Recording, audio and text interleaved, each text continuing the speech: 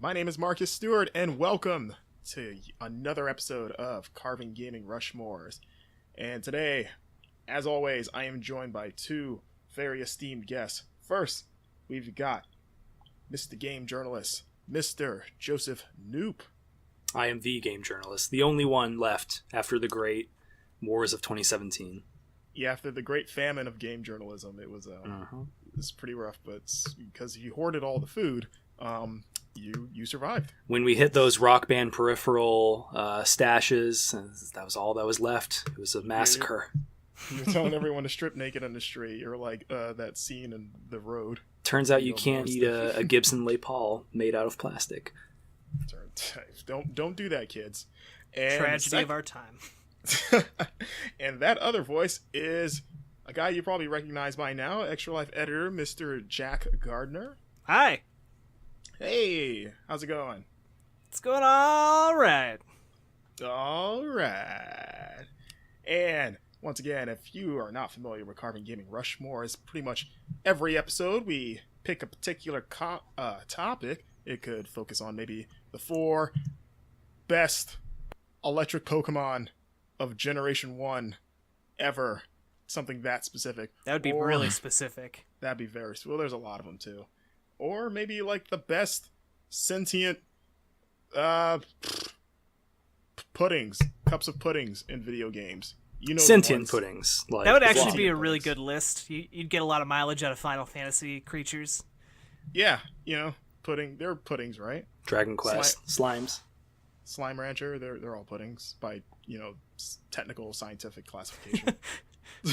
So, yeah, we take one of those topics, and then me and my guests, we come up with our own individual list of 4 premier examples of that, the Mount Rushmore of said topic, and we share what we've got, and then once that's out of the way, we must then assemble a new, final, definitive Mount Rushmore using the picks that the 3 of us have all presented. We have to work together, and by work together, I mean argue for long periods of time until we begrudgingly... I have a question. Yes. Are the topic... So, like, in the metaphor that we're building here, are the topics the mountains that we're going to be carving? I guess you could say that. Okay. Yeah, so... Yeah. So, it's like, topic mountain. We're building a lot of Rushmores. Like, we're going to run out of mountain.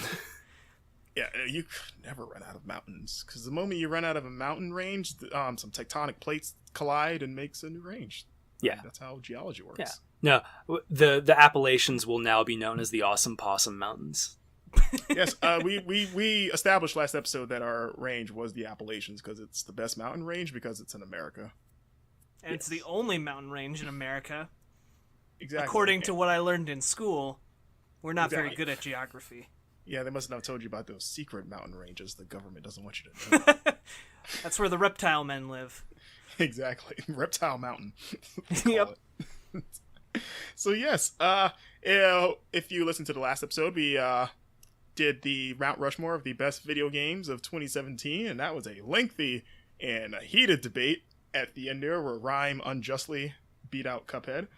But you know, still wait, best games of 2017 and Rhyme beat out Cuphead? Yeah, isn't that the craziest thing, Joe? Jack, I hear you laughing. Do I have to reach through this microphone and cut you? I managed to leverage my personal pick that might not have technically been the best of 2017. See, now it was the one I cared about the most. You know what, Joe? Honestly, it's not so much Jack's fault as it is Kevin's. That's true. He was the deciding vote between the two. So, if he had just made the right choice and voted for Cuphead. I mean, I went all out in my argument, and I managed to sway Kevin. And I feel pretty good about that. I dare you to find someone, like, go to Mall of America or something, and I'll give you $10 if you can find someone who's played Rhyme. It was so good. It was so good, though. It's, you know, we're not going to start this again. We're not starting this again. What was your Mount Rushmore of 2017? Joe? I didn't. Yeah, Joe, real quick, fire it off. I was not here. I also didn't prepare You were not that in whatsoever. 2017? Okay, well, there we go. Probably just 4 different Overwatch characters, because I Those can't would not have made it onto the list. I'm sorry. Maybe Doomfist. He's kind of cool. Maybe Doomfist. He's all right. Brought it all back around. But yeah, as we continue to try to heal from the wound of that tragedy last episode, Did you get a lot of salt in it terminal injury. from the rhyme? today we're gonna look at other tragedies. In fact, this whole episode is centered around a different kind of tragedy. We're gonna be assembling Mount Rushmores for the worst platforming mascots of all time. The crappiest, just brutal, lame, just those characters that you look at and you just kind of like laugh at, but at the same time you just kind of like, you can't help but like just feel sorry for them. You're like, man, I see what you're going for, but you just missed the mark. Or maybe they're just so egregiously bad that you kind of like relish that they failed. They're characters that make your Sonic the Hedgehog fan fiction seem much more reputable, Maybe, assuming it didn't come from Sonic the Hedgehog themselves. Yeah, themselves already. Yeah, we'll see. We'll see. And since we're already talking about the blue blur, as it was, I'm going to kick this off with my very first pick. And this is something this is an opinion that I've shared throughout the years, and I've gotten a lot of crap for it because this particular character has quite the following. But my number one pick for a crappy platforming mascot is Mr. Shadow the Hedgehog. Okay. Yeah. Okay. No, it's a very Shadow the Hedgehog boy. is so. If I could be old man Marcus for a second, back in my day when I was playing Sonic the Hedgehog, Sonic had one rival, and his name was Knuckles the Echidna, and he was a damn good rival. They were friends, but they were competitive at the same time, and he wasn't a villain. He just, he was a little misunderstood as Sonic's intentions, and that relationship worked well for years. And then around the time, Sonic Adventure 2 comes around, Dreamcast, Sonic Team took it upon themselves to go like, you know what? One rival's not enough. We need a new Sonic, like an anti-Sonic. And they went so far in that direction that it was he was designed by like some tween in Hot Topic that had access to fanfiction.net. Give him a gun. Let's just make Sonic black, and also he is the most over-designed piece of crap. He's like, let's make him black and give him red highlights and make his quills look like horns and give him a little tuft of hair, and also let's give him guns. And what if his shoes were roller skates? Yeah, which doesn't even, they're like weird floaty skates, which to me is it's like the way he runs negates any potential coolness, because as soon as he starts running, he does this like floaty kind of skating thing, and it's the wimpiest. He looks like an Olympic skater. Like I watched like footage of Olympic skaters the other day on some newscast, and I was like, that's Shadow the Hedgehog's like motion. That's Shadow. And he has the most convoluted, stupid backstory, and he's too serious, and he kind of, to me, was kind of like one of the big kind of turning points that sent the Sonic series into like the kind of tailspin that it went into in the 2000s. The Tails spin? The Tails spin. Yeah. So Shadow wishes he was as good as Tailspin, the cartoon series. And yeah, and of course, that's not even touching his crappy solo game that he had. That's its own disaster. I play that game way too much for preteen comfort. I played a bit of it, and I was like, yep, this is about what I expected this character to, the kind of game he would get. Was that the first like Sonic brand game that had not like a general ending and then the final ending, but like multiple endings? No, that was Sonic Adventure, right? Because there were like nine endings. I guess every character had. No, there was had more. An ending. So one of the famous things about Shadow is, besides being terrible, is that I don't know if that record still stands today. It probably does, but I know it had the record for the most endings of any video game in history. Like, it had like 50-something endings. God. Like, so much replay value. And, a lot of those endings, of course, are very, very minor differences with each other, because it's not like they're all like 50 Mass Effect endings. but yeah, just when I first found it out, like, who would expect that game to have something like that, and it like like 40 or 50 possible endings. And yeah, just he's like, every time I look at him, I'm just like, I don't like him. Like, he's supposed to be cool, but he's just not to me. Just so I thought you were like exaggerating the 50 endings, but I just looked this up on like the Sonic Wiki or whatever. 10 endings to the game, 5 possible final like 6 missions, so like a secret mission at the end of each run, and and all 5 of those have 2 ways of being completed. So 10 and then 5 and then double that. You're not wrong. Yeah, right? It's like, why? Like, why? Like, why is it? And then once all 10 endings are unlocked, the true canon final ending is unlocked. You have to get 10 endings in this game. Like, it borders on parody. Like, it seems like a parody of those kind of games that make you jump through hoops to get through the real ending. But I mean, that's like every it. Sonic game now, though, right? What, with multiple endings? I mean, they're all basically parodies of themselves at this point. Like that's the whole basis of like the new cartoon show, right? Is that like they're that cartoon show is much better than it has any right to be, but yeah, but purely on than the acknowledgement that like the Sonic world is crap. Yeah, it's certainly better than the Sonic Boom game that accompanied it. I reviewed that, and that was not a fun experience. So yeah, I'm just gonna, before I go on, we'll talk about Shadow more. But yeah, Shadow the Hedgehog, number 1. You deserve your stupid, dumb, try hard face on a mountain somewhere. So okay. So Jack, I'm gonna follow that up, and I was gonna save this one for last, but because we're on a Sonic kick, I feel like I should put this one up there up front now because it just ties in so nicely with what we've been talking about. But I'm going to nominate Sonic the Hedgehog himself, and not particularly for Sonic's crimes as a mascot by himself, but as kind of a martyr for all of the terrible characters that have been spawned by Sonic the Hedgehog and by his existence, because we have to hold him accountable for everything that's not Sonic, Tails, Knuckles, and Eggman. Like, everything after that is just almost an abomination. Yeah. Like, I'll say I tend to give Amy a pass. I kind of draw the line with her. Like, after her. Yeah, I get it. Amy got a little better along the way where, like, especially in the show of all things, she's another self-aware character of like how stupid and dumb everything is, so I appreciate that. To me, Amy irritates me from the perspective of like design, because it's like, well, we gotta give Sonic a love interest, and well, she needs to be fair, pink so that everyone knows she's a girl. I know what you're about to say, Marcus, because like the whole shtick with them is that like Sonic could not give a crap about her. Yeah, although I think that might even be more annoying than if they just like kissed and maked up, because Sonic has to kiss humans. Amy's not human enough. It's like a weird reverse fetish.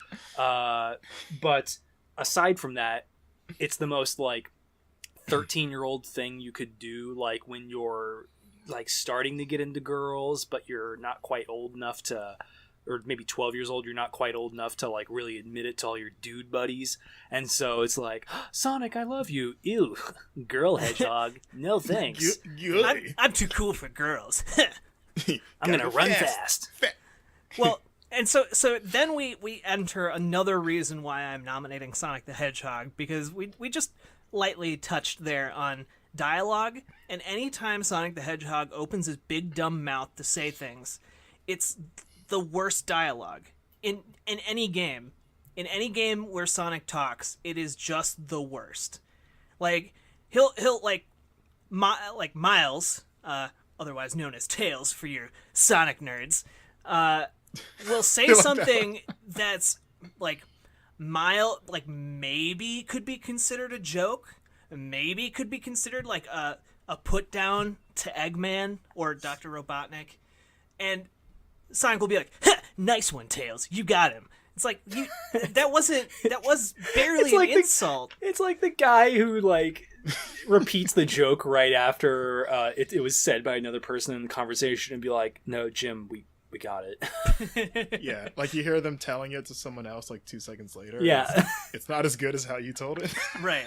And it's just and it's not relegated to just like that one interaction. It's like anytime he's like trying to inspire his allies or really even explain things, it's just painful.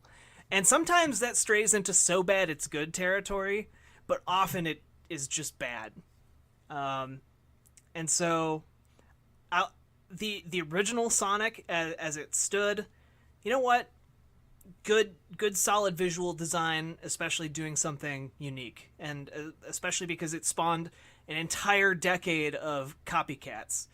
But I think over time the legacy of that has just stagnated and gotten worse and worse, and so that's why I'm nominating Sonic the Hedgehog. Alrighty. Big And I would argue nomination. that Shadow the Hedgehog is just a symptom of the wider problem that Sonic started. I'm gonna cry a little if this entire mountain is just Sonic characters. Charmy the Bee, is that Put is that Crocodile Guy up there. Whoa. Charmy B, hey now. He's kind of cute. He's completely worthless, but he's kind of cute. Get out of here, Marcus. Get off your own podcast. Okay. All right, Next, you're Joe. going to defend Big Do you have a Cat. Sonic character that God, you'd like to throw on his wall too? I will admit my list has many characters that are clearly Sonic ripoffs, but for right now, I will nominate someone who has a very dear and hated part of my heart, the Noid from Yo Noid. He was once upon a time the Domino's pizza mascot in the late 1980s, and then Capcom got their hands on him as some sort of cross promotion for like, hey, buy our pizza and also like kill enemies in the streets of New York in this side-scrolling platform game. I thought you were going somewhere much darker than that. I can. It's the Noid. Speaking of which, yes, the Noid.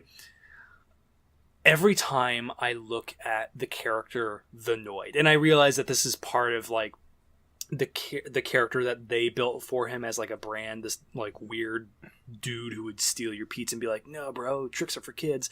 He kind of looks like a rabbit too, like a weird like. This dude like looks at children weird. I'm just saying. I don't tell me there's not something wrong inside his head beyond, I really like pizza enough to steal it. This dude clearly inhabits the nightmares of children everywhere, and he just makes me feel very uncomfortable. Yeah, I mean, he kind of looks like a guy who was dumpster diving and then happened to get like something vaguely like rabbit ear shaped on his head, and then decided to become a superhero. And then also, while he was dumpster diving, he inhaled something that made his eyes cross, and he can no longer speak in complete sentences. It's crystal meth. It's crystal meth. He held the like he ran into the Domino's CEO in like an alley and held him at gunpoint and forced them to make them his mascot. So that's how he got to where he was. Yep, that's my first nomination. Okay, it's a good Yo one. Noid, you got nominated. You're on the list. You just made the list. Alrighty. Well, moving on to my second one is a character that's always annoyed me to maybe a somewhat irrational degree, but kind of keeping in line with the kind of Sonic theme, mostly Sonic theme stuff that we got going on here. I've got Awesome Possum. So if you're not familiar with Awesome Possum, he for pretty much was a complete ripoff of Sonic the Hedgehog, and more than just like, hey, we're gonna take an animal and give him some tood. Like literally his gameplay was pretty much ripped straight out of Sonic, to like having a spin dash and having an antagonist that was centered around robotics and machines. The difference though is that whereas Sonic, at least original Sonic, he was just kind of cool without having to. He just kind of came across as cool. Or like awesome. I mean, look at his name. His name's Awesome Possum. Like they have to tell you, like, hey man, this guy's awesome. Be like if Sonic were named like Sassy Sonic or Slick Sonic. Yeah, like super cool Sonic or something like that. Whereas like, you know, I think we all know the golden rule of life is that anytime someone tells you that they're awesome, odds are they probably aren't. And he tells you, literally he tells you, because in the title screen of this game, the other notable thing about this game is that it was one of the first kind of 16-bit games that had voice acting, really terrible voice acting, but voice acting nonetheless. And his title screen, he'd pop out of his little dumb void and just be like, "I'm awesome." And the way he says it, it's just like, it's like meeting that little kid when you're in elementary school that like wants to hang with your group, but he's kind of a terrible kid. Do you guys want to play Yu-Gi-Oh? Yeah, I got Blue Eyes White Dragon. Okay, I like Yu-Gi-Oh. Okay, I'm just kidding. Gee, no one would have guessed you like Yu-Gi-Oh. It's because I'm awesome. But, yeah, like he's just like, he has to like try to pitch himself to you, but like instead of just kind of showing that he's cool, he has to tell you how awesome he is. Like, I'm just envisioning this small child, like, you'll see here in paragraph A, I clearly have all the cool because I have Blue Eyes White Dragon. Okay, it's like these pie charts that I prepared for you guys, seeing the cool ratio. My bedtime is a luxurious 10 p.m. Yeah, like there's nothing cool about telling someone you're cool. And to make matters worse is that the game is presented as kind of like an edutainment to a degree because it promoted recycling. And I like recycling. I believe in it. I think it's cool to, reuse your garbage as to not gunk up the earth. But, like, Awesome Possum makes me want to just, like, set fire to, like, a tire factory and just, roll like, it out. just dump waste into the ocean just to spite him. Also, I think worth mentioning, so whereas Sonic, his primary villain has generally always been Dr. Robotnik, which I have thought that is a semi-inventive name for a video game villain, Awesome Possum's villain is Dr. Machino. How lazy do you have to be in the head to call yourself Dr. Machino when something like Dr. Robotnik exists in the world? Or just look at Awesome Possum. It's like, well, we gotta have an animal. I guess, what rhymes with awesome? Possums? And then that was the day that Jim got promoted. So, like, yay, brilliant. Jim. And, yeah, it also doesn't help that his game sucks. On top of just everything else, like at least if the game was like good, it could maybe like salvage some of his credibility. But like, no, he's got a garbage game. He's got a garbage character. If anything, his game kind of works because it's only good for recycling and making it into something better. Oh snap! Like a bench or something, and then you can just sit on top of Awesome Possum's dumb face, and maybe you can hear if you put your ear to the bench close enough, you might hear like a faint like "I'm awesome" in there. That was a really good impression. Yeah, don't say that. I don't know how I feel about that. So yeah, Awesome Possum. You just made the list. There you go. All right, Jack. I'm gonna go with a less controversial one than my last pick. Cool Spot. This might be one on both of your lists, maybe. No. Yes? No. Okay. No. So, if you're not familiar with Cool Spot, basically, Cool Spot is both the protagonist and the name of a game. And it's essentially just the 7-Up logo given, like, a pair of sunglasses. And he has a platforming game. Because he's cool. And I feel like I don't have to say much more than that. Like, it's literally one of the laziest things I've ever seen in my life, and it's just a red circle with sunglasses on it. Do you think that's more the fault of 7-Up for kind of creating him in the first place, like or a California raisin? The game designer? I mean, I feel like I don't blame 7-Up for wanting a video game, because in the 90s it was probably like the cool thing to do for your brand. But I feel like the game designers might have been able to do something more creative with that concept than Cool Spot. But then again, maybe it was a situation where 7-Up was really involved with the development process and was just like, no, we want this red circle with cool sunglasses, and that's what you're going to deliver, or else we'll kill you. Which is exactly how, publishers and developers work together. A lot of threats. So, yeah, that's mine for that. It's not like a eloquent. It's not deeply thought out. It's just.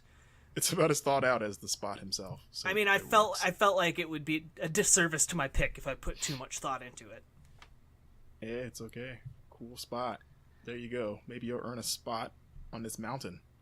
Oh, snap. Ooh, snap. Alrighty, Joe. So, one thing like I stumbled upon while researching this was and maybe this shouldn't shock me given the history of games criticism. A lot of the mascots I dug up, like Aero Acrobat or Kamikaze the Squirrel or like Glover, they all got like, most of their games got good to okay reviews, like 7s and 8s on a 10-point scale. Yeah. And it made me realize that, wow, horribleness has no, there's nothing stopping. It's how we got our present. I don't know. I will say that I enjoyed Glover to a degree back in the day. Yeah, which is why Glover isn't on my list, because like that had some inventiveness to it. But I will say, so my next nomination is not Aero the Acrobat, although he might, depending on how this goes, he might end up being the final nomination for me, because Awesome Possum was one of mine that I wanted on there. Thank you, Marcus. But instead, a side character in the Aero the Acrobat universe, Kamikaze the Squirrel, or Zero the Kamikaze Squirrel. So he has like two names, like he's Zero and he is also a Kamikaze Squirrel? It's, yeah, who knows? I It's like we doubled down with him. Mm-hmm. So I mean, you had a typical, like, this is a squirrel, very anthropomorphized, and it was the artificial badassness that like reached levels of Metal Slug, like those kinds of games, which is like, here's a dude in a bandana going all Rambo, except this time instead of shooting tanks and like big mechs and planes out of the air, it's really just a squirrel kind of bouncing around from balloon to balloon, throwing ninja stars and like running down a very colorful beach, not like super badass, more like, oh, it's like, I could vacation here, sure. And yeah, not much to say about him other than he's a squirrel named Zero the Kamikaze, who is just bleeding artificial badassery. Oh, also he's got a girlfriend he has to rescue, and he's fighting a French lumberjack named Jacques Leschitz. Say that again? His enemy, at least in Zero the Kamikaze Squirrel, I don't know if there was a sequel, his old girlfriend Amy, wow, inventive, telling him that an evil lumberjack named Jacques Leschitz has invaded Stony Forest, their island homeland, and has been chopping down the trees there in order to create an abundant supply of paper. Ooh, it's a kamikaze squirrel going to kick a Frenchman's ass because he's taking down trees for paper. I love that name. Like Jacques. Say it again. It's like Jacques. It's like Jacques, but like Jacques? but Jacques Leschitz. Jacques, like, man, that'd be a great like indie wrestling name. That would be pretty good. Yeah. And man, it's Jacques Leschitz because he's making paper, I guess. I don't know. I'm looking at a picture of Zero, and he kind of looks like, if anyone remembers Animaniacs, like, remember Slappy the squirrel? Yeah. Like her nephew, the little squirrel. Like, Yeah. if he just went off the deep end and just went to go like train with Iron Fist or something. Like, that's what he looks like. My family's Like dead. if he went to Kung Lao or whatever it was for 15 years. Everything I know is dead, but I'm here to kick this Frenchman's ass. Yeah, like wow, like what happened to Slappy's nephew? Yep, that's my third. I like that. Because That's Awesome your Possum third? was my second. Oh, okay. Also, a tagline that says "Zero in" on it. What? There it It's is. I want to imagine like the blank faces of every executive in that boardroom being like, all right, what's his slogan gonna be? Zero in on it. He's got lightning bolts in his eyes too. Jim. Is get out. that so? Question: and this is just me like wondering aloud. Is there any like racial undertone to that? Because like you got he Zero, doesn't look you got Asian, but and I guess he's Zero wearing a Fighter, headband that is clearly the rising sun. Ooh. I kind of took it as like a maybe like a Daniel-san Karate Kid kind of thing. Like he's just like a glorified poser, more or less. He has a girlfriend named Amy, so I guess he's hanging out in westernized regions. I don't know. Like there's got to be some. There's got to be He some. hates karate the thing French, going on in there, which right? is a point towards being Western. I don't know. Yeah, he picked the wrong time to hate the French. He was ahead of his time. Should have waited till early 2000s. Everyone knows you make the Brits your enemy, just like Die Hard. Exactly. Oh man, look at this. I'm just looking at the art from his like nemesis. I'm guessing is this Jacques? He's got like Jacques. Lady Death. Jacques. He's got like Jacques. He's got like a visor with like these crazy fingernails, kind of like Lady Deathstrike from X-Men, like slashing each other. Oh, I see. The evil Jacques. No, Lachie. it's just it's Jacques. Well, Jacques has a No, the S is twist. silent. Has a twisted plot to create counterfeit money.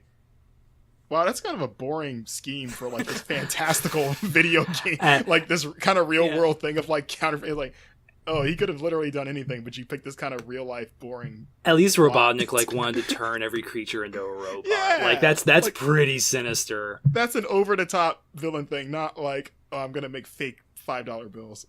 Oh, Especially man, with when you look like this, when you have like crazy fingernails and you're like Sabretooth, that's what you do. I'm reading the back of what I assume is the box, and the like first line is "It's 0 hour." And just They ran with that zero. No, they really ran that zero into the ground. Yeah. It was a zero-sum game. Unbeknownst that there was a cooler zero in Mega Man X that already existed at this time. So, alrighty. All right. Is there anything else you'd like to No, I just hate small animals. Okay, I see. That might be indicative of a larger problem, but okay. Alrighty, so I guess I'm on to my last pick. Oh, not my last pick, my third pick, I'm sorry. And kind of going back into the Sega camp again. This one's a little different, where it's not so much that this character is offensively bad, but he is offensively bland. And that is Alex Kidd. Okay. Yeah. Interesting. Yeah, Although Alex Kidd, weren't the games well received? Yeah. I mean, maybe other people. I've played most of them on like Sega collections over the years, and I've never gotten the appeal, even like with the lens of like, oh, you know, this is how things used to be. But yeah, I could never get into them, and I just thought they were. I could see why Sonic, you know, kind of ousted him as the successor to the top of Sega. So if you're not familiar, prior to Sonic's creation, Alex Kidd was Sega's original mascot back before the company found its way, and we're pretty much just kind of trying to do what Nintendo was doing. So, you know, they had this cutesy little elf boy, I guess, like a hobbit man. I don't even know how you describe him. His design has changed almost game to game. His first appearance is like if you ever look at the game box for the first Alex Kidd, he kind of looks like Chucky, which is kind of terrifying. Ew.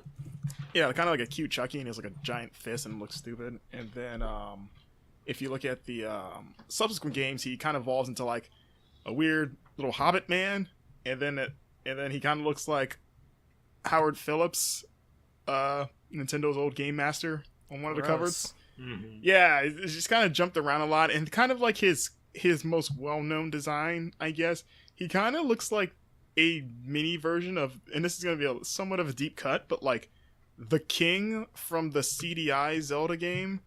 That's kind of like a big meme, like Zelda's dad. Yeah. You know, like the scene where he's like chuckling, like and it looks really disturbing. Like kind of like a mini version of him, like if he was a child. And maybe it's the color; they have similar color schemes, but yeah, like I don't know, Alex Kidd, he is the epitome of just a bland mascot. Just nothing to him.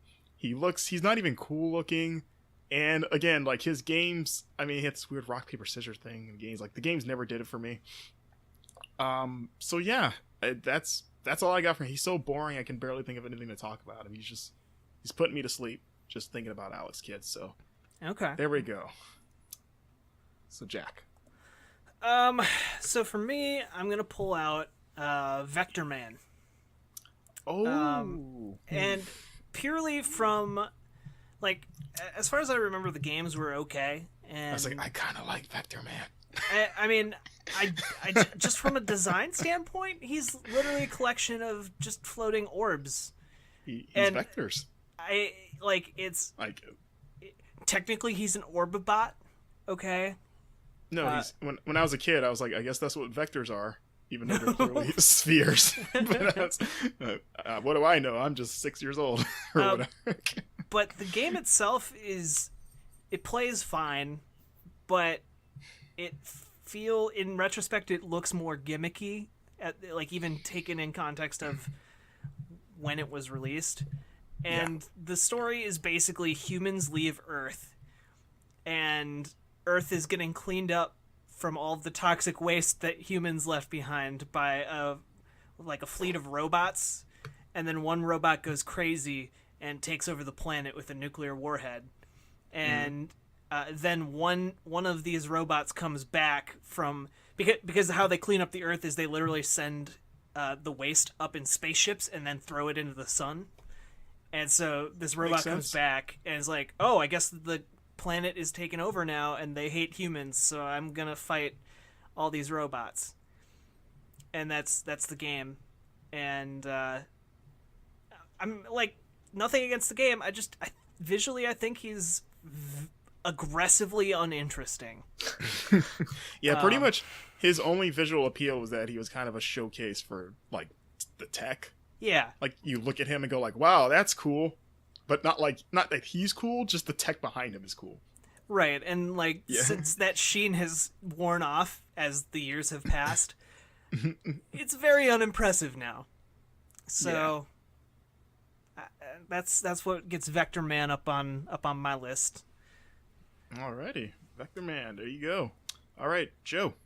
All right, quick question before I commit to number 4 here.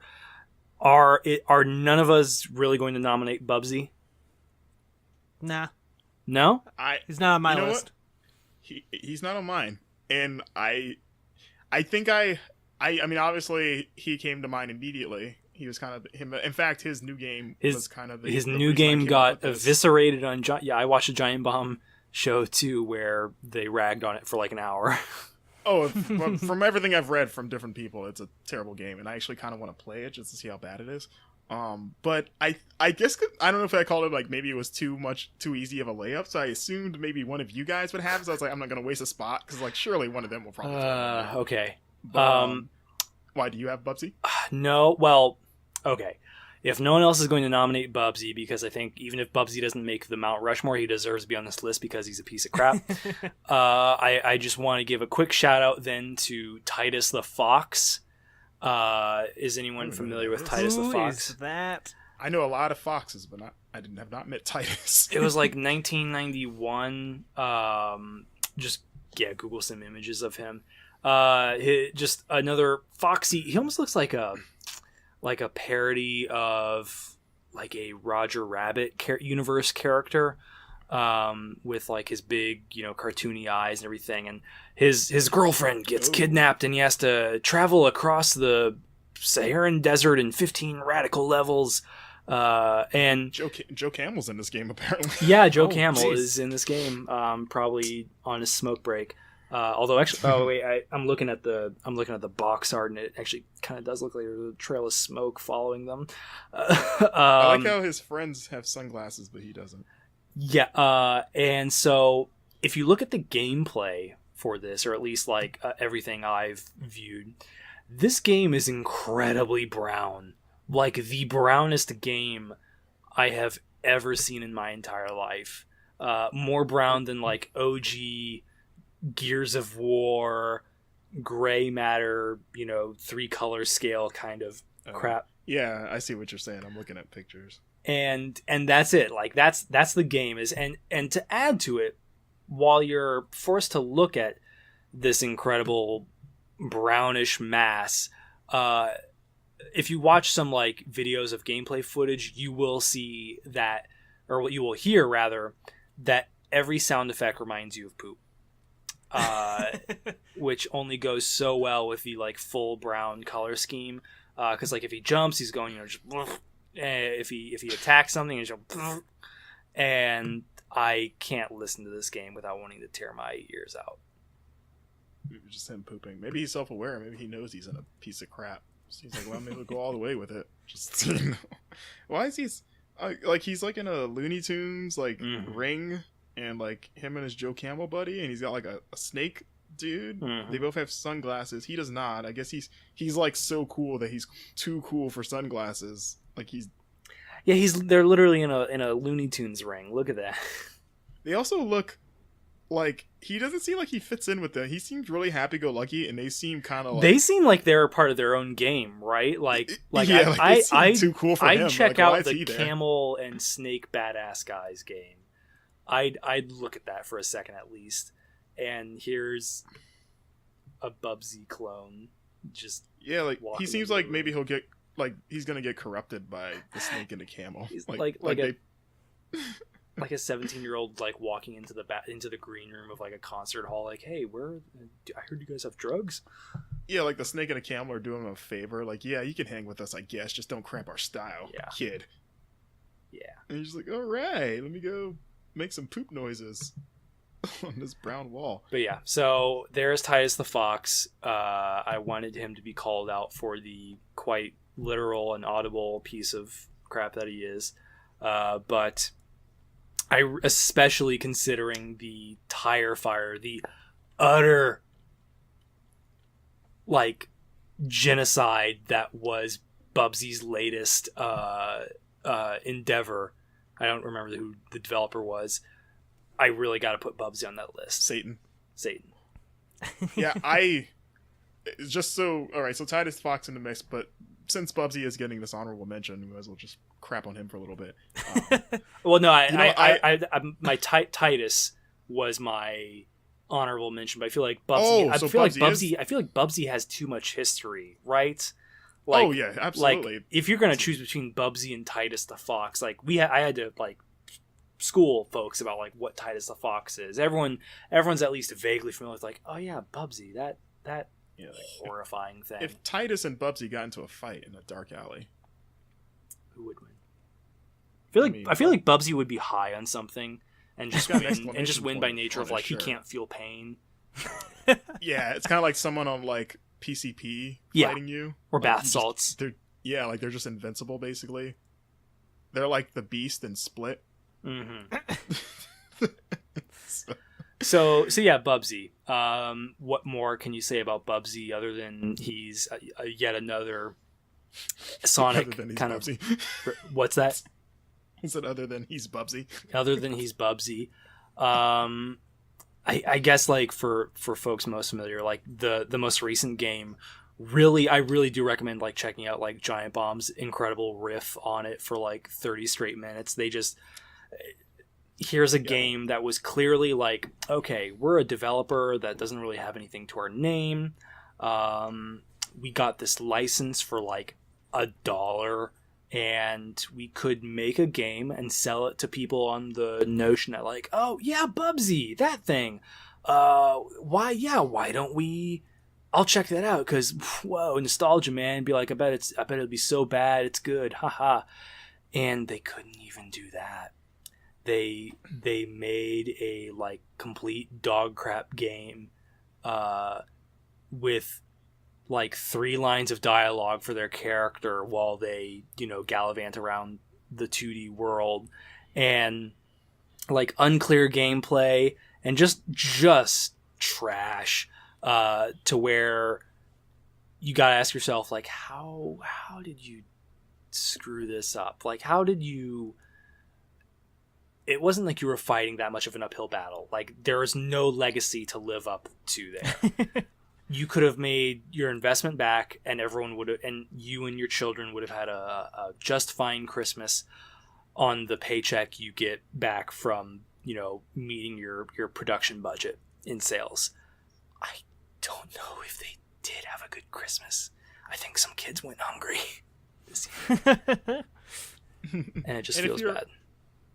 If you want to look for this game, I believe the full name is Grab by the Woolies, or sorry, the Woolly Strike Back. The Woolly Strike Back. Grab by the Ghoulies. The Woolly Strike Back.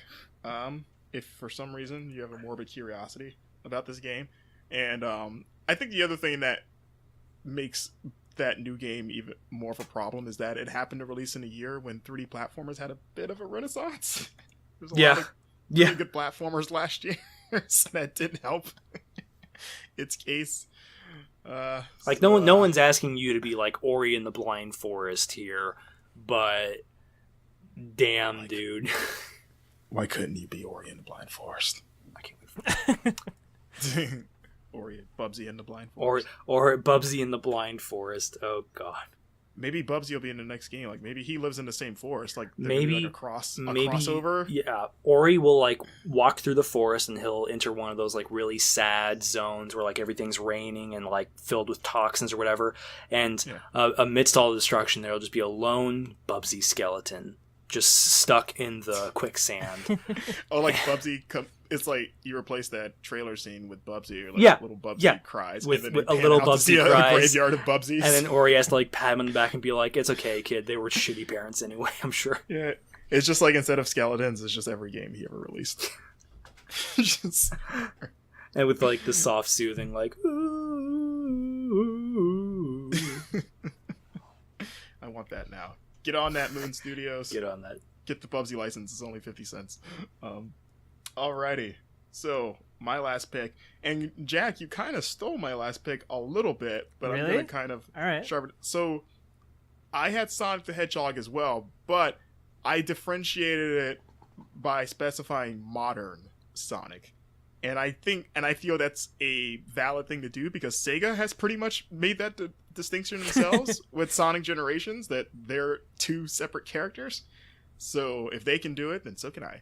So I am an old school Sonic fan. I prefer the old school games, the 2D games. Modern Sonic, to me, the only thing that he really has going for him is that he looks kind of cool. But like Jack, you said, the moment he opens his mouth, a lot of that kind of goes into the garbage disposal. And also kind of what he represents. Like that Sonic is what kickstarted Sonic's decline. There, to me, at least, and I know I've gotten blowback about this, but there hasn't been a truly great Sonic game with that Sonic at the helm. Even Sonic 4, which was supposed to be kind of like the second coming of classic Sonic, and then somehow they managed to screw that up too. Was Sonic 4 the one where they blended 2D and 3D? Like the retro Sonic like went back through time? No, that was that was the one where Generations. Okay. 4 was where they tried unsuccessfully to do like episodic Sonic, right? Yeah, well, it was 2 episodes, but it was like, since they called it Sonic 4, like, we're gonna do another 2D, like a old school style Sonic, but it's gonna be 3D graphics, so it's like 2.5D basically. Yeah. But the gameplay was like, this is the sequel to Sonic 3 and Sonic and Knuckles. Like, this is what you asked for all these years, so we're gonna give you the best of both worlds of like side-scrolling classic Sonic, but just with the modern Sonic design. So I was like, and for me at the time, I was like, okay, that's a fair compromise. That makes sense. Like, you're gonna stick with the current design and do 2.5D, like that can work as long as it plays like the old games. I have no problem with that. And then somehow they messed it up because that game, the physics were so off, like it just didn't control like old school Sonic at all. He felt really floaty and bad. So it's like even somehow you took what has worked forever and somehow you gunked it up just because of you. And when they did the same thing again with Sonic Generations, but with having a classic Sonic and a modern Sonic, the classic Sonic stages were really good. That's why I've always said that I love half of that game. And then you get to the modern Sonic stuff, and then you're like, what a wonderful era. Like, that game's supposed to be a celebration of like Sonic's history. Like, I couldn't wait to go back through all the Sonic 06 levels and all that good stuff. Man, my favorite. And let's talk about Sonic 06 for a second, because that's that's the game that's clearly modern Sonic's just his magnum opus, just his coming out party. And what a sad like note to hit on, because it was like the hey, we're kind of rebooting Sonic 3D. Like this will be the time where we really nail Sonic 3D. Okay. By the way, you're kissing a human girl. They even got me kind of like swept up in that hype, because like at that point oh, Marcus. I mean, again, I think I've talked about this before. I'm a Sonic. I'm a Sonic fan begrudgingly, and a lot of fandom stems from the Genesis era. Cause I was kind of a Genesis kid growing up, and I liked Sonic. So like when he hit his decline in the 2000s, I always had that hope of like he'd release a game, I would play some of it, and I'd be like, oh man. But I always held that hope for the next project, even I was like, maybe this will be the one. And then with Sonic 06, because they, that launched with the with the Xbox 360, like that generation. They're saying like, with the new technology, we're gonna leverage Sonic speed and way. This is gonna be the comeback you've always wanted. Like, they called it Sonic the Hedgehog. So like, really, like we're starting over. This is the one. And so you're like, I knew better at that point, but it was hard not to get a little bit like, maybe this is more than just talk. And then that ended up being the worst Sonic game of all time. At least to me. I mean, I can't think of anything that tops that. But, in the history of modern Sonic, he's kissed a stupid princess. He's been a knight for some reason.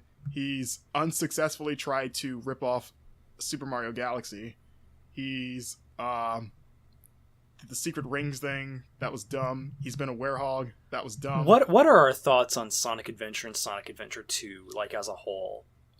Personally, and I will get crap for this, I don't like either game. And I didn't like them very much at the time. Outside of being technical showpieces, specifically the first one, like I remember seeing it when I first got my hands on the Dreamcast and seeing that demo, that opening level that everyone talks about with the killer whale when you get chased. Like, like that tech, I was blown away. Or like the truck that chases you in Sonic Adventure 2 as you're like running down the streets of San Francisco. Yeah, like I remember playing it, I was like, this is so cool. But then when I actually played it, it's just not what I want from a Sonic game. And it doesn't help that those games, even though the style itself isn't very fun to me, like that kind of like behind the back kind of roller coaster gameplay, but it doesn't help that oftentimes it's just not designed very well to begin with. Like it's usually really glitchy and so personally I don't have the fondness for the adventure games that a lot of people have. I feel like the adventure games, a lot of the love is almost entirely based on nostalgia. I don't they were very time and place. And there are certain things that I can see that are very much worth like saying, yeah, this was good. These specific elements and these specific parts were good.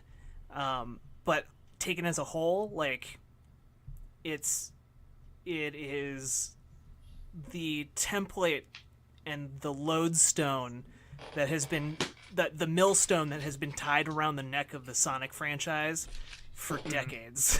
So if we like disregard Sonic 3D Blast and you just look at like Sonic Adventure 2, Sonic Adventure 1, which was like 1999, Sonic Adventure 2, which was 2001, and Sonic Heroes, which was like 2003, that was like GameCube. Immediately after that, 2005, is Shadow the Hedgehog. And to me, it's just so weird how like, and I admit that part of my love of the original two Sonic adventures, and even I do remember enjoying Sonic Heroes. I thought it was aside from the fact that like you're playing as friggin' Charmy Bee and Crocodile and Vex the Ninja or whatever. Team Chaotix. The gameplay was solid enough, and like it was inventive to bounce between the characters like that, especially when you're 13 or 12 like me. I admit that part of that is nostalgia, and I doubt that those games really hold up, but like you can't not say that there's some sort of cliff jump from Sonic Adventure 2 and Heroes to Shadow the Hedgehog. Like Sonic Heroes was a tolerable, semi-good game, and then Shadow the Hedgehog happens, and you're just like, what the hell? What? And then Sonic the Hedgehog 06 comes out a year after that, and everyone's like, what the hell? you know, like, yeah, we were looking for a reboot because Adventure and Adventure 2 and Heroes weren't like amazing. And they continually got more and more farther away from the just, I want to go fast kind of ethos. But like, what a cliff dive there. What happened? Sonic Team happened. I mean, I think what happened is that the Sonic team was continually chasing the different elements that they thought made the Sonic Adventure games so widely praised. And they ended up fixating on the things that really didn't matter so much, or you know, holding up certain mechanics as like, well, these are what people liked about the last one, right? So we have to have these, and it like locked them into this weird development cycle where they had absolutely no idea, you know, how to translate Sonic into a 3D environment. And I think largely to this day, they still haven't quite figured it out. Which is why you have so many bizarre experiments with Sonic. You have, you know, Sonic 06, yeah, but then you also have, like, the weirdly God of War inspired, like, Night of the Hedgehog, or whatever it's called. Sonic Unleashed. Sonic Unleashed. You have Sonic and the Black Knight, where Sonic is transported to King Arthur times. And you have, that was for the Wii, and then you have, like, Sonic Black Knight Chronicles, which is a BioWare developed RPG Sonic game for some reason. Sonic Chronicles: The Dark Brotherhood. Yeah. Then you have like all the Sonic Booms, the Sonic Colors, and if you look at all those games, it's like they're throwing everything at the wall and desperately trying to find something that will stick. But I think a lot of it's built on the same foundation as Sonic Adventure, and I think it's kind of a shaky foundation in the first place. Like, because those games are so well received, they obviously have been chasing that. Like, hey, that's what people like. Let's just keep doing that. But that foundation to me has never ever been solid. People liked it, but it was never like perfect or anything like that. So like. It only got by maybe on virtue of like, hey, everything else, every other game, like 1995 and onward, was still like really kind of figuring out how to do 3D well, or how to do different things in 3D well. And Sonic, like 2000, 2001, and then less and less as you get further into the early 2000s, it got rid of the goodwill of like, okay, every other game but you has found out how to like run through a 3D space without like catching yourself on a tree or something, you know, and that has to have been a part of it. Of like, you know, you can't do what, like, I can leap and dive and sprint all around this other world, but you are still getting caught on like a wall. Yeah. So yeah, modern Sonic. I'm gonna go with him. Sure. As my fourth pick. So all right, there we go. All right, Jack, what do you got? Finish it off. So my final pick is yet another classic character, because honestly a lot of the rip-offs of Sonic characters and, you know, attempts at doing that kind of stuff in the 90s don't really bother me, or don't tend to bother me as much as what some developers did to like the really classic properties that really held a special place in everyone's heart. So for my final pick, I'm nominating Frogger. Because Frogger is world famous. Like, I don't have to explain to you who Frogger is or what Frogger is. You, like, pretty much it's more of a what, right? Right. I mean, everyone at some point has probably played Frogger, even if it's just like a couple games. It's pretty iconic. It's pretty easy to wrap your head around. You know, the basic premise is you're a frog and you hop to the other side of the street without getting squished, or insert, you know, whatever hazardous area. And in the mid-90s, they tried to reboot Frogger from having previously been an arcade game beloved by many to being you know, a console version on the PlayStation. And not only was the first Frogger game described as one of the worst games seen yet on the PlayStation. It was. I think I had. Was it the 3D Frogger? It was PlayStation 1, right? Yeah, it was somewhat 3D. 3D. I And had that game as a kid. I played that at the neighbor's house. Like there was the ice level where you would slip around, right? And probably a dozen others. I remember kind of liking it, but I barely remember it. Well, so here's the thing. Like, by itself, that was one game, and to me, like that's okay. It's whatever. It is what it is. But then it spawned a second game, Frogger 2: Swampy's Revenge. And the reason I'm nominating Frogger isn't specifically because of Frogger, which came out kind of mid to late 90s, but more specifically because there is a game that came out in 2001 called Frogger: The Great Quest. Which Google. I'm looking at it now, and he's kind of like Shrek. Yeah, it's like if Frogger became Shrek. It's basically a weird combination of Shrek and Lord of the Rings. There's if you look up like a trailer or something. He's like as tall as a child. How weird. He's like what is he gonna dodge in medieval times? Like carts and horses? Yeah, I mean it's a thing, and like just the way that you took this very simple beloved concept and tried to make it popular by like anthropomorphizing it, and that you can see the process, like, you know, oh, we need to make Frogger cool for this PlayStation game, and like then in the PlayStation 2 game they had to give it like kind of a slightly more in-depth like story, I guess. Frogger needs a backstory. Well, yeah, right. So you had that, and then you had Swampy's Revenge was basically just like a random crocodile that Frogger had jumped on one time. Decided to get revenge by abducting all of his baby frogs. It's like finally one of those crocs just held a grudge. Like, I'm sick of that. Yeah, pretty much. It's like nobody does anything about him. I'm gonna stand up. Okay. It's like a homeowners association guy who's like really tired of his neighbor's grass being too high. I'm gonna mow that shit myself. Okay. Also, real quick. If you noticed on Frogger: The Great Quest, he's wearing a T-shirt that has a truck with the crossed out, like the X cross out, which is weird because this is set in medieval times. So why is he wearing a T-shirt with a semi truck on? Yeah. I was against trucks before they were cool, man. But so like, and actually Frogger 2 was generally not as overall not as bad as the first Frogger reboot.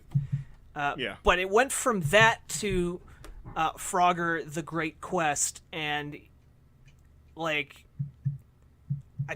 it's just never recovered. Like whatever chance Frogger had of becoming like more than being remembered as more than just that quirky arcade game from the 80s got annihilated by the 90s attempt to kind of rebrand him as a hip cool frog for the modern kids. Rad. Yeah. I will say I'm so glad you said Froggers. I completely forgot about that PS1 game. I totally forgot it existed, and then I was like, yeah, I own that game and played it quite a bit. Did you own the first one or the second one? They were both on PlayStation. The first one. Okay. Yeah, like I played it maybe more than I should. I did genuinely like it. That one I remember enjoying at least to watch, because it was a fairly like 1-to-1 What If Frogger but 3D. And 4 players too? Yeah, because there was like at least 2 players, probably more like 4. Yeah, it's like I remember playing with friends. And we had a good time. That might have been the Frogger 2. No. I was looking at Swampy's Revenge. No, it wasn't that one. Okay. No, I don't know if the second one had it, but the first one definitely had multiplayer. It was just Frogger 3D. Looks like, yeah. Man, Frogger. Wow. Didn't expect that. Yep. Alrighty. All right. Are we, Joe? You don't. You Yeah, did I'm your good. last one, right? Yeah. No. Alrighty. So to read down this list, and it's a little haphazard as I was kind of writing them out of order, but let me know if I missed one. So we've got Cool Spot. We've got Bubsy, the Bobcat. We've got Vector Man.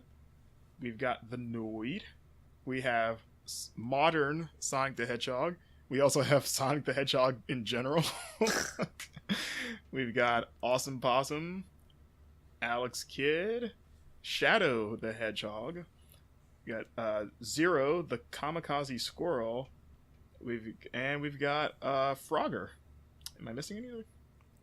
Was Bubsy an official nominee, or was just Bubsy was my nominee instead of Titus the Fox. Okay.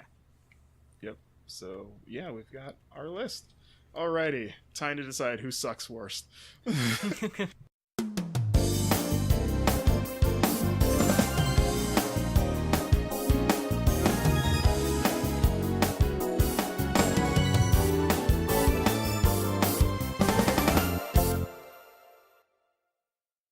Alrighty, so time to decide who's the crappiest of the crap.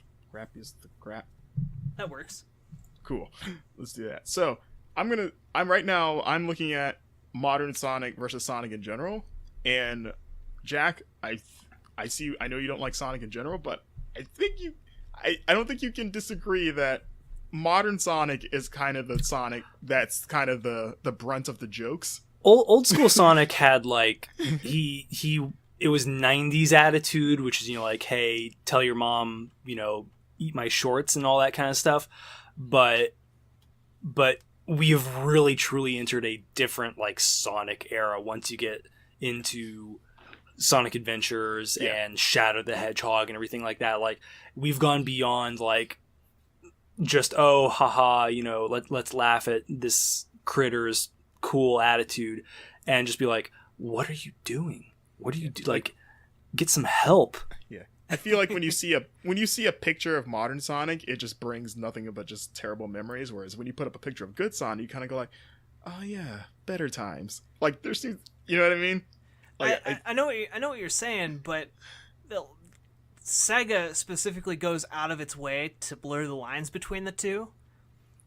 So, well, do they now? They kind of clearly divide them now. Yeah, I mean, literally they, in their own game, they say like, here's new Sonic and here's old Sonic, and they're just hanging out together.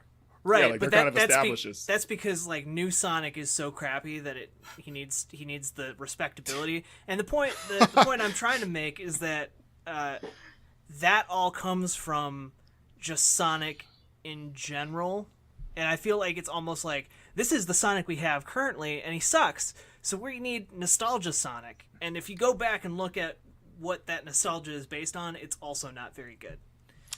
I feel like it's unfair to punish classic Sonic for people trying to be like him and failing miserably. Yeah, because those old games aren't nothing like. But it's not people trying to be like Sonic. That's Sonic trying to be like Sonic.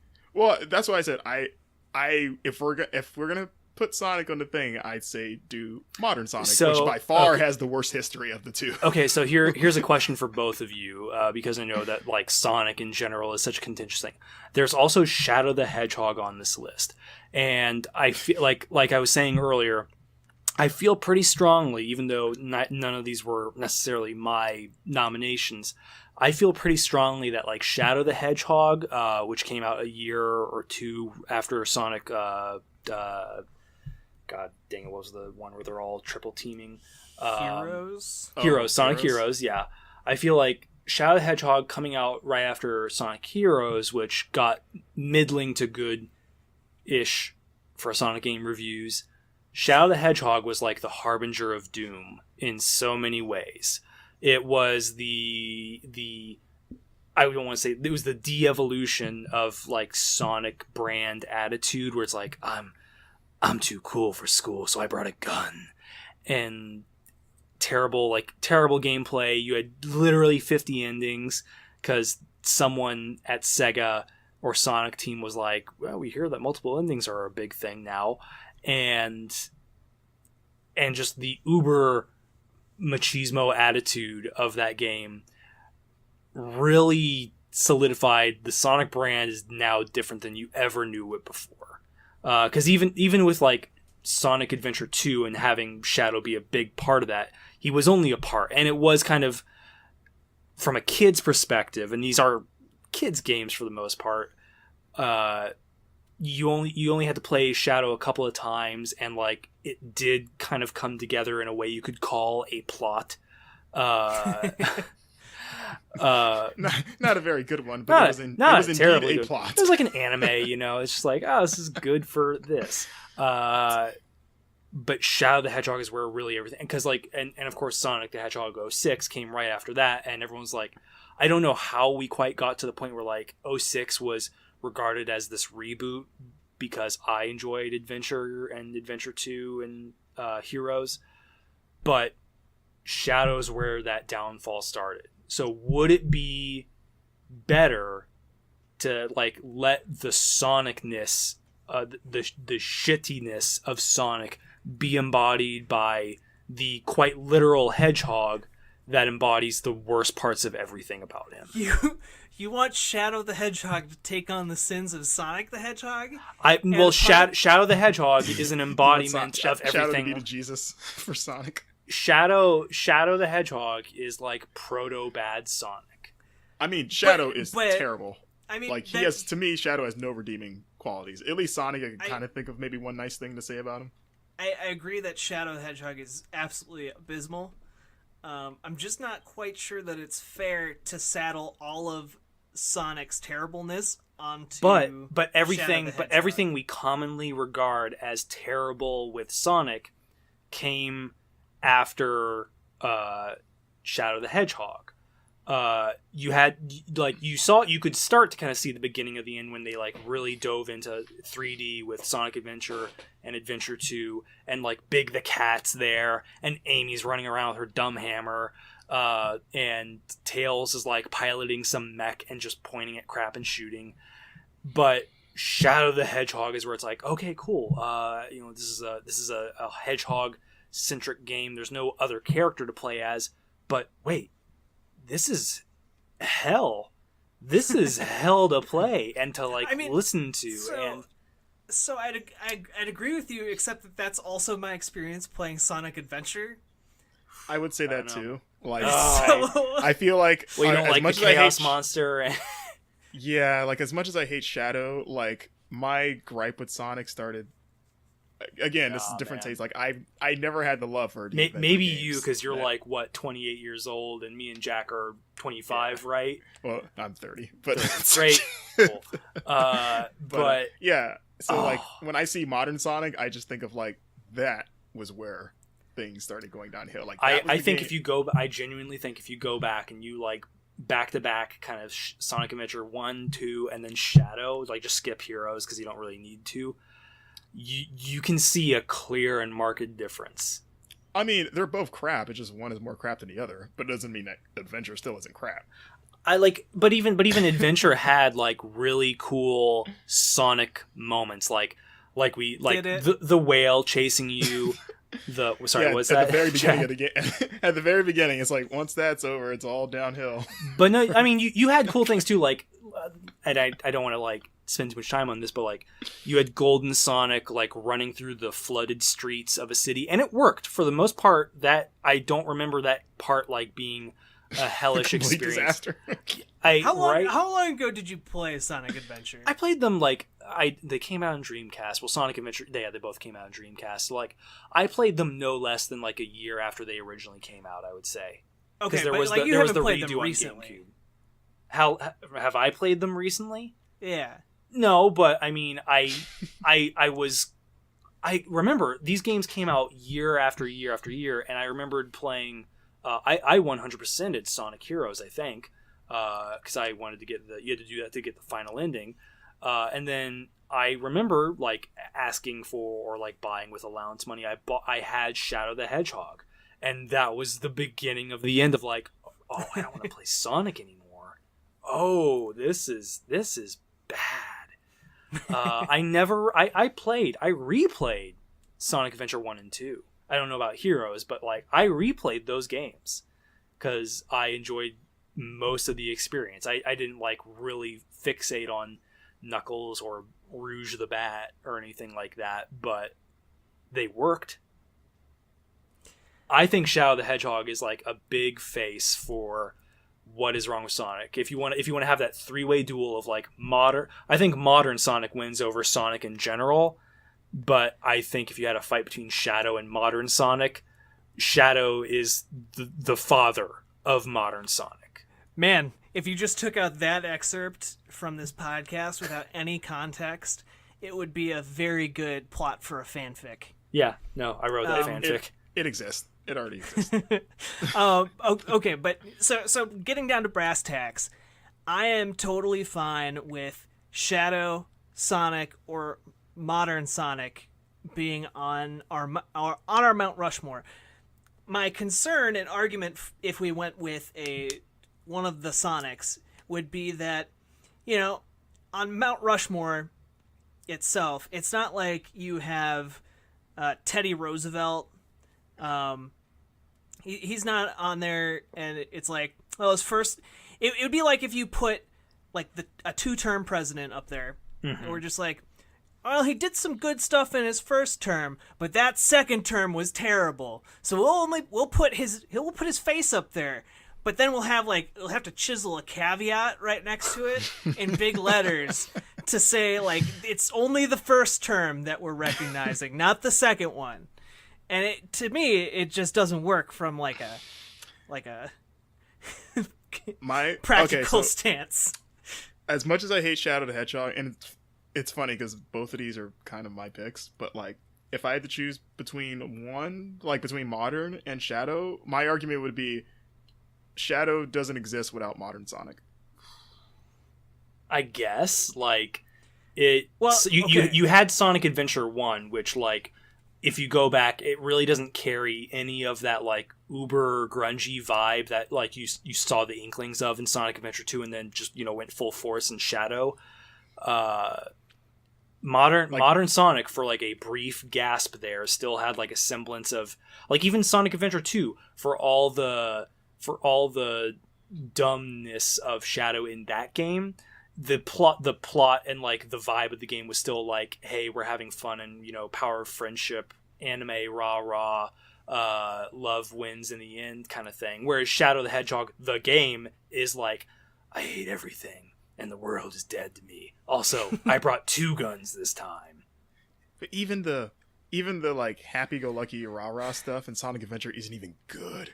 Okay, wait. It's like the cheesiest, lame attempt. But it had some good music. You gotta admit, Sonic Adventure has some good music. I don't. Right, so this is another point of controversy. I don't like a lot of music in those games, like the butt metal rock crap. Like, what's that band that Crush 40 that does all the? Yeah. I don't like their stuff. And I know people love them, but like Sonic Adventure overall, I never got into it. Hanging on the edge of tomorrow. Yeah, it's like, nope, just give me Chemical Plant Zone, please. Don't give me this lame rock. Well, you had Escape from the City.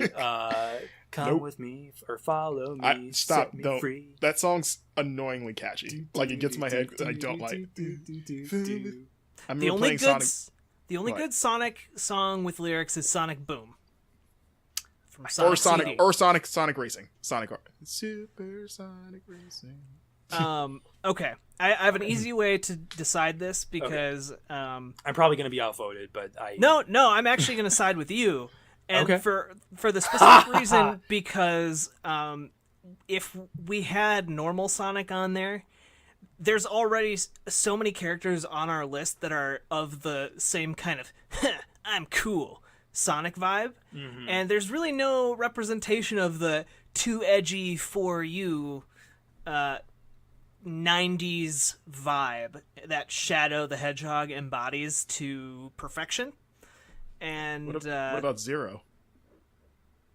I mean, Zero's just not even close. He has kamikaze in his name. That implies that he'll kill himself to kill kill someone. He's too vanilla. Okay, so you're saying Shadow? Yeah. I mean, I'm fine with that. I was more ultimately my fight was to keep Sonic in general off, like to keep classic Sonic off the wall. I mean, classic Sonic yeah. sucks, so I don't understand that, but that's fine. As long as Shadow's worse. Okay. So as long as that like logic line makes sense of like classic Sonic has redeeming value, modern Sonic had like a very brief gasp of like even devoid of like, oh, this is a kid's game. This has some redeeming elements. So one of the things I think we need to clarify maybe is, are we voting for the games, or are we voting like for for the characters? I kind of packaged this together, like, which is why I didn't nominate something like I mean, funny enough, Glover, most of these characters have terrible games tied to them anyway. I didn't nominate Glover because like Glover had like decent scores, and it was kind of like it was a little before its time. Like you could imagine that game working really well on like a Wii, but someone just really had the idea to put the hamburger helper guy in there, and like I can't knock them for that. I really want to see a VR remake of Glover. I think that would be fantastic. Just like a haptic glove controller. Yeah, exactly. Just holding your hand out uncomfortably for long periods of time. So Shadow the Hedgehog has a likely spot on Rushmore? Yeah. Okay. I'm cool with that. Okay. At least classic Sonic doesn't have Crush 40. Before we get too into things, we should maybe cut one or two for sure. Go ahead. No, go Joe. I think Vector Man is a pretty easy pick to not have on this mountain because like you could point out a lot of video game characters that were like, you're I'm not going to remember you in 3 years, but like for the time that vector graphics or whatever were like slightly 2.5D kind of stuff was beginning to be a thing. Vector Man, his only fault is like poor timing and just like a lack of ingenuity in his design. He's not like offensive or just cringeworthy. He's just dull.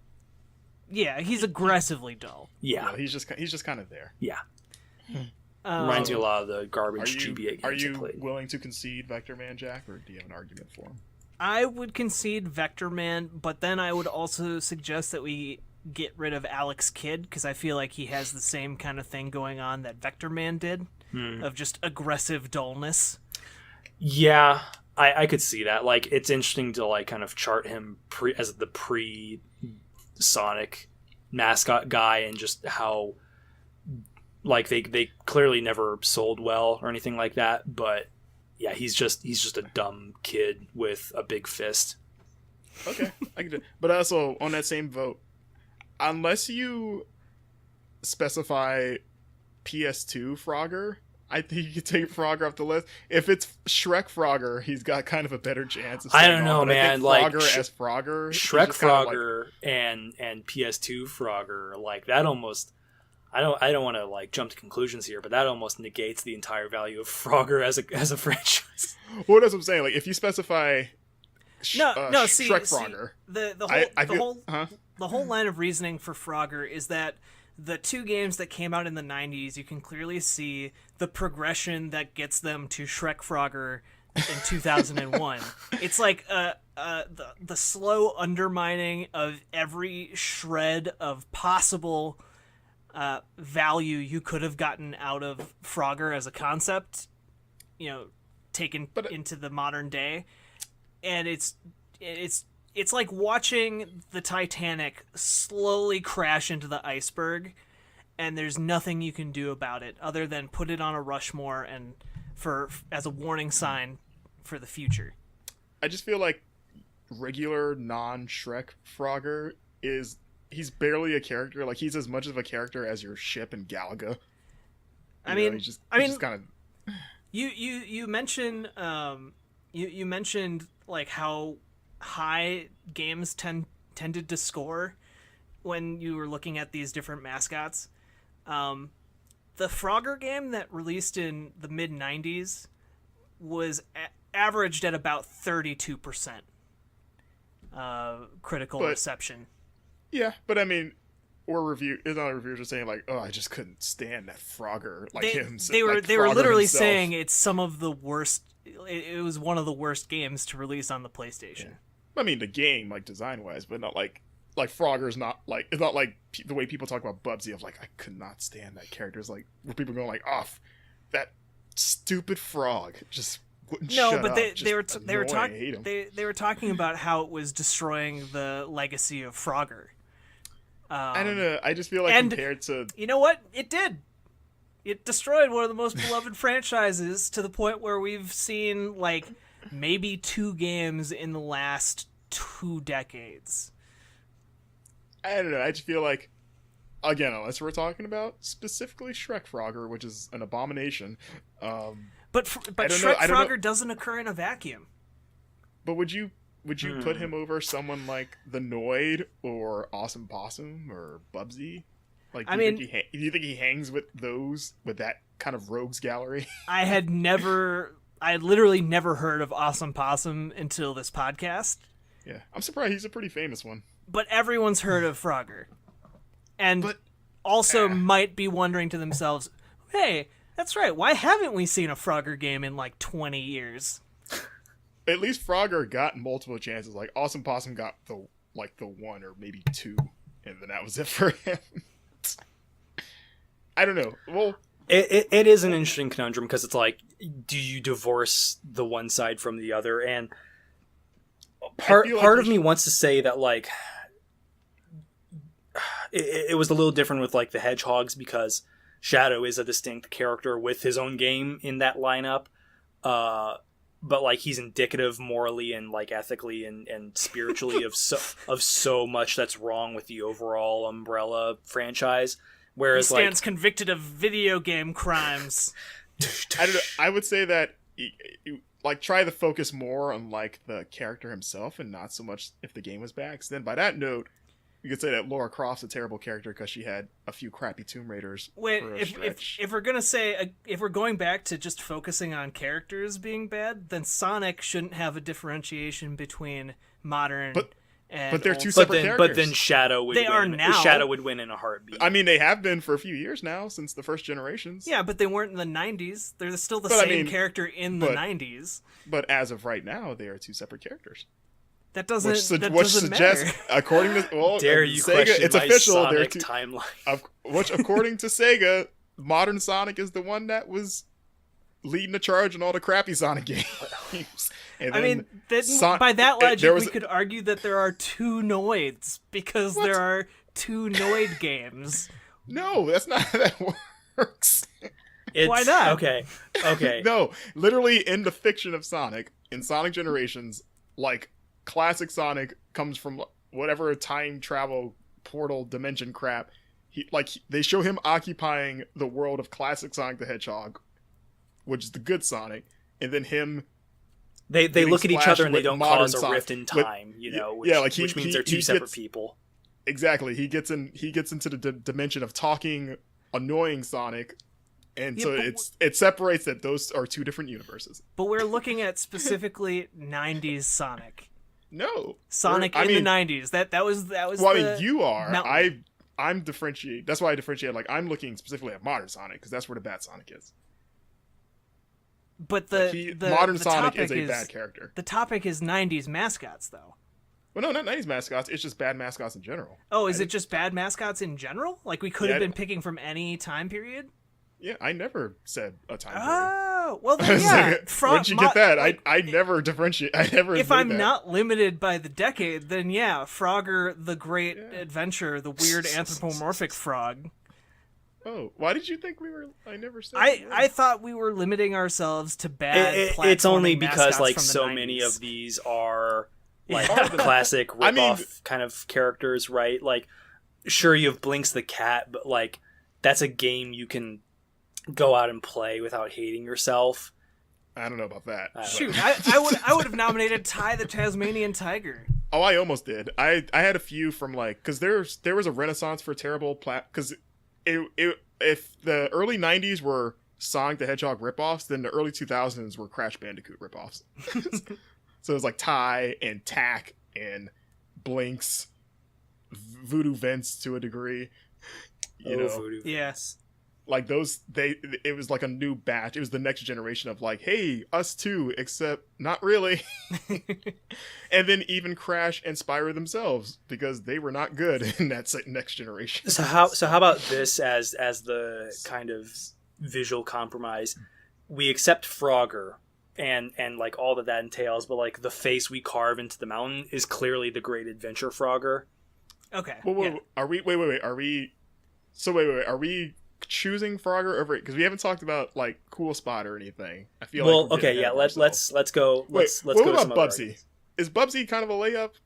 I feel like Bubsy's a pretty good layup. Like, yeah, like he's really annoying as crap. Shouldn't? He's a Sonic ripoff.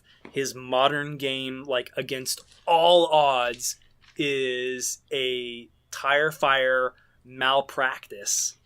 Yeah, I feel like Bubsy, not on top of his already kind of like terrible legacy, like he managed to like inflict a new wound with that new game. Like he had the gall his to like came come back from the dead to just take one more swipe. I kind of respect Bubsy more for that though, like in a weird perverse way.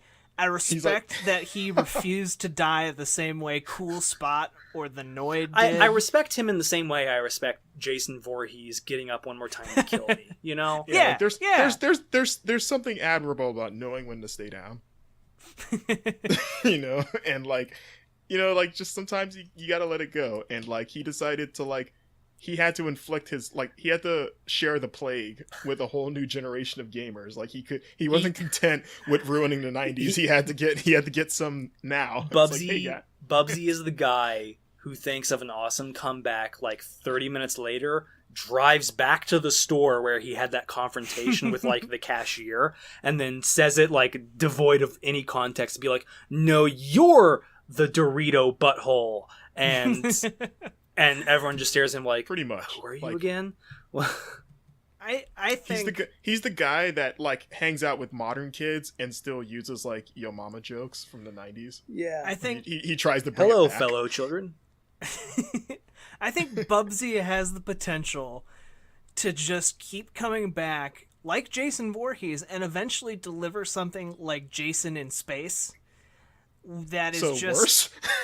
But it's just it transcends just being bad and becomes strangely good again. I don't know, man. I mean, like that's a bit of a stretch, true, but like so something if we run with that metaphor, we're like, yeah, Jason X in Space or whatever, it's a garbage tier movie, but like it has some interesting moments that like I don't want to say redeem anything, but you can be like, oh, remember that time when he froze that lady's face and then just shoved it against the wall and shattered everywhere? Like that's a cool, interesting, dumb moment in cinema. I don't know if you can say like there's a cool moment in modern Bubsy. That's because it's much easier to watch a bad movie than it is to play a terrible video game. Yeah. I mean, are you fighting to keep Bubsy off the mountain? Is that what you're doing, Jack? I don't know. Maybe okay. So we have. Weird. I might have Stockholm syndrome. Yeah, it's like, what is this Bubsy allegiance that you've developed? Real quick, let's refresh this list because we have Shadow the Hedgehog, pretty sure on there. Yeah, he's on there. We've Man's off. I'm comfortable with like Frogger being on there. I will. I'm not ready for. We'll have that conversation. I will fight for Bubsy and Noid. I will hear arguments for anything else, and I can let Zero Kamikaze go. I will be upset if Noid doesn't make it on that list, though. I feel like Noid trumps Frogger. Like, Noid is just a creep. Noid. So, like, okay, if we're going to talk about Noid, then Noid. My argument for him is almost any of these other characters, like even garbage stuff like Awesome Possum or Cool Spot or even Bubsy. If I had to introduce someone to like what is a video game and what is not a video game, and I had to show them the box of a game to like begin to like, you know, step one, give them an idea of like, here's a video game, it's this thing, it comes in a box like this. Like for Sonic the Hedgehog, they'd be like, oh, a character that's like running and doing stuff. Oh, Awesome Possum, he's running around. Frogger, he's running through traffic, that's thrilling. Wow. The Noid looks like someone who would like hunt down your children. The Noid looks like someone who would be like ordered to stay 100 feet away from any school or hospital, you know, or like children's hospital. Like, and even Shrek Frogger is like kind of weird, but like the Noid, I feel like he's gonna get busted for child pornography at any moment. Yeah, I believe in my heart of hearts that if I showed someone who'd never seen a video game before, if I showed them a picture of Noid, like the artwork, not necessarily the game, if I showed them that, they would probably be like, "Oh, I don't think I want any part of this. I'm sorry," and they would be forever like, "Yeah, did you hear like this whole video game thing? It's just full of characters who are like really into kiddie porn and you want to get Papa John's instead? Yeah." Or maybe go against my moral. I'd rather have Domino's than Papa John's, but if the Noid were involved, I'd give John Schnatter my dollars. Yeah, it's like Pizza Hut wins by default. Yeah. Does that make sense though? That like the Noid is so like, and to an extent that is his point. Like he is annoying as hell, and he's there to steal your pizza, which is a total dick move. He's like he's like the Hamburglar except without like the endearment. Yeah. He's the worst parts of the Hamburglar condensed into one character. Yeah, like they forgot that the thing that made the Hamburger work was that he was actually charming. They're like, no, you guys just made a creepy criminal. That's not what the Hamburglar is. Yeah. So does that make sense? Does Noid have like a good chance in this? I think, or at least over Frogger specifically. What do you think, Jack? Okay, so part of the reason I am hesitant to put the Noid on the list is because there was actually a new game that came out last year with the Noid in it. I'm not sure if either of you were aware of that. We talked about that before. On the first episode. These people at a game jam. Yeah, these people at a game jam, at New Jam City, made this essentially like PS1 era platformer 3D game, and it's actually kind of okay. Like weirdly, I enjoyed playing it. I'm not gonna lie, I actually really enjoyed playing it. It was really stupid and weirdly dark and twisted in ways I wasn't expecting. You can play it for free for yourself if you want. Does it kind of like wink and like acknowledge the joke of like, hey, this franchise is crap, here's something to kind of like meta comment on that? Yeah I mean, like it kind of takes all that into account, I guess. He looks a little less creepy in the new one. Yeah, he's more cartoony. So that's the only reason, really. I'm kind of like, maybe he's not so bad. But see if they should have did what Sega did and made classic Noid and modern Noid. They should have had the Noid generations. No, they're different Noids, man. Had them team up. So maybe if we differentiate between modern Noid and classic Noid. No, it's not canon. They Sega made it canon. They made the mistake of not making it canon. Can you say that for sure? Have you looked up the Domino's wiki? Oh, you mean on the inside of every box when you order pizza? Yeah. I tend to throw that out as soon as I get it. I should probably read that next time. read the fine print. Yeah. So I get it. I get why you hate the Noid. So we have thrown out Zero the Kamikaze, Vector Man, Alex Kidd. Can we throw out Awesome Possum?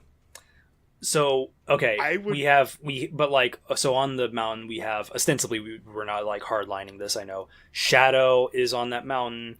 Yep. Bubsy's probably on that mountain. Yeah, I'd be okay with Bubsy on the mountain. Oh wait, so you're cool with Bubsy now, Jack? Yeah. Okay. Okay, so Bubsy is official? Yeah. I say Bubsy's probably our number 2. Yeah. Okay, so Shadow and Bubsy are on. Yeah. I would say, since you brought up Awesome Possum, I feel like he is more offensive than Cool Spot. Cool Spot's just kind of lazy at worst, whereas Awesome Possum's genuinely annoying. Okay. Any Awesome counterpoints, or- Possum in like so many ways seems to he does take one step beyond hi, I'm just a Sonic clone with Toad, because here's this super lazy this like lazier than you're allowed for something like that, because his villain's name is Dr. Machino. I think the title of the sequel is Awesome Possum Kicks Dr. Machino's Butt, which is like, did you even try like field testing that first? It's like we just said what you're gonna do. That's Yeah. the title. And, Might as well just name it Awesome Possum Wins. and it had that like, so whereas Sonic had the themes of like, you know, hey, you're saving animals and you're keeping them from being roboticized. You know, there's like environmental undertones there. Those were undertones. It allowed Sonic to be cool and not like, you know, remember kids, don't do drugs. Whereas Awesome Possum is literally telling you to pick up trash. Awesome Possum ruins recycling. The- Like, how can you get worse than that? He's like, destroying the planet. Basically. Literally, his He's- logo is the recycling symbol with the 3 arrows in a pyramid. Yeah, it's not even. Yeah, see, it's not even his. He had. It's like the reason people do, like the reason that there's people that don't believe in global warming is because of him. Yeah. I'm convinced that they saw Awesome Possum, and because he believes in global warming, they decided not to to spite him. So they're like, if he's the face of global warming, then I want no part of that. That's my argument. All right. My argument, because I think this basically comes down to for the final spot, because I'll We have 2 concede. spots left. I mean, I will concede to the Noid and Bubsy. So we have Noid, Bubsy. Wait, so are we all voting for the Noid? I'd vote for the Noid. I made my fight for the Noid, so Yeah. Okay. I feel like I was specifically just putting the Noid over Frogger specifically, but I could. Okay, because you said Zero's gone. yeah, I'm fine with Zero going. Okay. Yeah, Noid's creepy enough. Like I said, if as much as the fan game, I'm sure has like plenty of redeeming value or like meta commentary that's you know entertaining. If you take like OG Noid 1 and Noid 2, and you showed that to someone who'd never seen a video game before, I have no doubt in my mind that they would never like want to talk to you again. Okay. I'm cool with putting a character that probably engages in human trafficking. Yeah. So Stuff people in pizza boxes. So then it comes down to Awesome Possum and Frogger Yeah. for this final spot. Yeah. Okay. So And good. I think I've said my piece for Awesome Possum. so for Frogger, I just want to put out there that the Frogger games, starting with Frogger the reboot in the mid '90s, just went downhill. Like, and we already mentioned the Shrek-like 2001 Frogger the Great Quest, but then there were attempts to revive it throughout the years, and they just all were terrible because they all tried to anthropomorphize Frogger into like some weird human frog hybrid. Wait, like creature. post Great Adventure? Yeah, so I was looking up just like the timeline of Frogger games. Like you do. You know. Like you He do. opened up the Frogger Historia. The Frogger wiki. And a lot of them were just like attempts to, like, where Frogger the Great Quest kind of tried to have maybe like a more realistic for the time look. The other ones kind of went a more cartoon direction, but they never really succeeded. Like they're all pretty bad and poorly received. Like There's a I Frogger think casino game. Yep. But like a lot of them have slowly kind of tried to gear themselves more towards like kids, and even then they haven't really been succeeding. And so it's this huge attempt to try and rebrand Frogger, and it's almost on a smaller scale the same problem Sonic the Hedgehog has. They just can't seem to get anything that works right. So okay, I'm looking at some of these, and I'm suddenly remembering I've never played anything beyond the PlayStation Frogger 3D, but like you have Frogger Ancient Shadow here. You have Frogger Helmet Chaos, Ancient Shadow. I have 3 guns now and a frog. Frogger's Adventures, The Rescue. I remember this art. I do remember this, and I'm looking at like what were the receptions that they kind of got. It looks like they generally consistently got like 6s and 7s. IGN gave like the first one a 5.5. It looks like so. Okay, that's notable. And Forgotten Relic, what's that? Okay, that's the Game Boy. The attempt to revive it on PS3, Wii, and Nintendo DS. Frogger Returns got about 44, 47 out of 100. So, not great. But, again, can you attribute that to Frogger himself being a bad character, or just a pretty whatever character stuck in a I think Jack does make a valid enough point of like, even if like there's a lot of goodwill built up in like the original incarnation of a character, if the company behind him like willingly continues to bastardize him by just like churning out like, hey, we know this game's gonna be crap, but if we put the Frogger license on it and like sell it to kids, it'll probably sell enough to make our money back. And that's at least as much of a crime as saying like, hey, we're going to try to make a new character with cool tude like that other thing. I don't know. It is an interesting toss-up. I could go either way. I would say versus a clearly annoying possum who talks and obnoxiously tries to get you to recycle, and in the process makes you not want to recycle, and is also a just unashamed ripoff of a better series, versus, and this is pertaining to non-bipedal Frogger, versus just kind of a frog. I mean, even I think later versions where he's like, because he's oscillated between being a frog and a frogman. Even the newer versions where he is a frog, there's something incredibly irritating about his look. Like, I'm looking right now at Frogger 3D, and the cover of that is, like a rainforest tree frog, like somehow having a smug smile, looking back at a giant, mean-looking truck that wants to run him over. I think there's just something irritating about that. Have you seen Awesome Possum's smile? His head pops out of the recycling logo, and he gives himself a thumbs up. What if we frame it like awesome. This, where because I do feel like Jack has, I want to give Jack a win here. There's something to be said for the difference between Awesome Possum was a cash-in clone of a different, more popular ethos of Mascot that just failed to be good in any way, was generally lousy, and like attacked coolness and attitude from the completely wrong angle, which is like, hey kids, it's cool to recycle.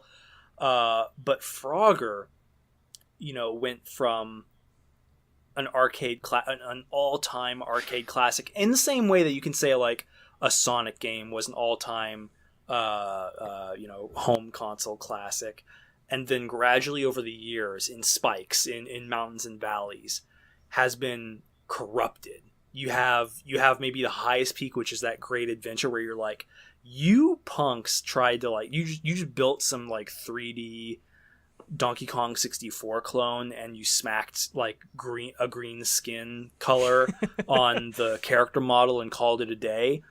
But Awesome Possum is dead and buried. Frogger is forever, but he has to live with the repeated crimes against his brand. At least Frogger was good at a certain point, and you can still play classic Frogger like on your phone or Flash on Yeah. your computer. So at least you can. There is good Frogger to be had. There is no good Awesome Possum. Okay, but consider this: if Disney had rebooted Star Wars, and it had just been bad, someone tries to come up with a brand new actually, this is a better analogy. Someone tries to come up with a brand new Star Wars trilogy, and it's not Star Wars, but like some like they reboot Battlestar Galactica as like this grand. It's going to be this grand sci-fi epic, and that first game is just really bad, and it tanks the franchise that might have been. It's forgotten in like 5 years. But then you have Star Wars, and you know what? Maybe that first Star Wars movie, super, super good. But then they keep making Star Wars movies, and each subsequent Star Wars movie is somehow worse than the last one. Yeah. That's Frogger. They prequelized the Frogger games. But at the same pretty time, much. like I said, like if you still have that one good one to lean on, you can't be angry about something if it was never good, right?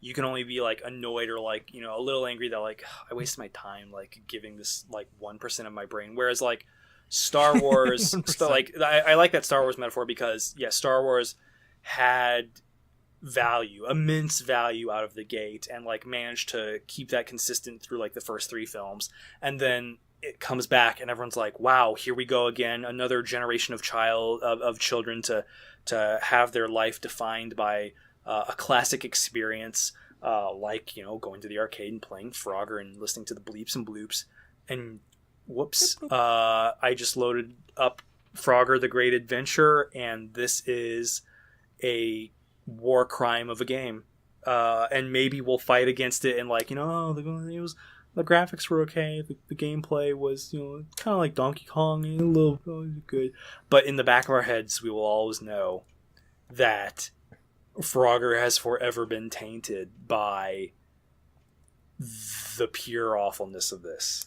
But it seems like you guys are more arguing the brand than the character. Look at the 3. But the mascot is part of the brand. The mascot is the brand, But look at the 3. Don't get too hung We've up got on it. Shadow, Bubsy, the Noid.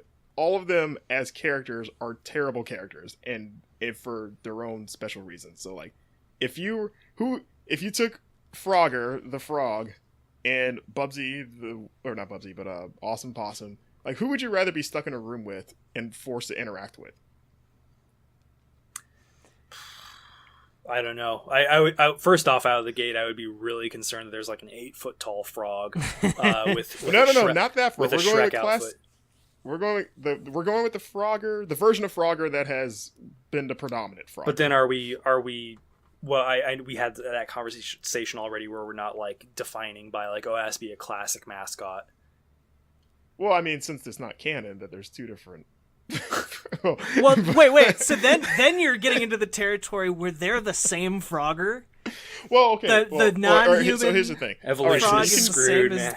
Yes, Shrek Frogger can be included, but since he's kind of a small piece of Frogger's overall legacy, a terrible piece. He's not a small piece, because after that, a shockingly large percentage of them are bipedal frogmen. Yeah, but he's been like his spotlight. Like, who even knows that he exists or remembers? Who even knows that Awesome Possum exists? Awesome Possum's I had never heard of him until this podcast. He is an extremely infamous, like, platforming mascot from the 90s. He's got notoriety, the worst kind, but he has it. Okay, he is on tangent. Lists, This is gonna be a weird tangent. Okay. Do you feel worse when someone you don't know, like, you just see a name in the media, and they're like, "Oh, this person has been revealed to be a sex pervert," or do you feel worse when someone you do know and look up to has been outed in the media as a creepy sex pervert, like, say, Stan Lee or something? Yeah. Like, which would you feel worse about?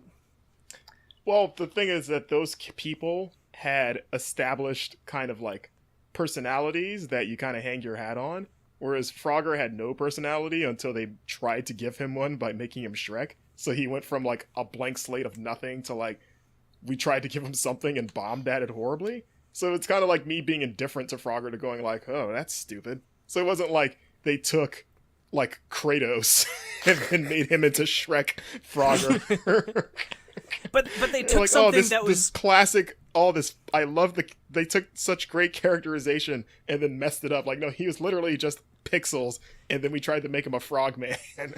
But they took something that was great and they made it sucky by trying to add a personality to it. I've never thought Frogger the character was great. I was like, oh, his games are okay, but not like I had an affinity. Like, man, Frogger, man, he was such a great character until they messed him up. Yeah, but I mean, I have no opinion on Awesome Possum because I've never heard of what his character is. But now that you know, it's a terrible. Like, maybe this argument he just exploits. The purpose of his character is to exploit recycling, something very noble and something everyone should really do, and he somehow makes it like lame. Maybe this argument just doesn't work because we're both coming from places of supreme indifference towards the other. Like, I don't care about Awesome Possum. I've never heard of him before. I mean, I care really about Frogger just because I know he's a part of gaming history, and they probably could have done something interesting with him, but instead they tried to make him edgy and cool and like Legend of Zelda him.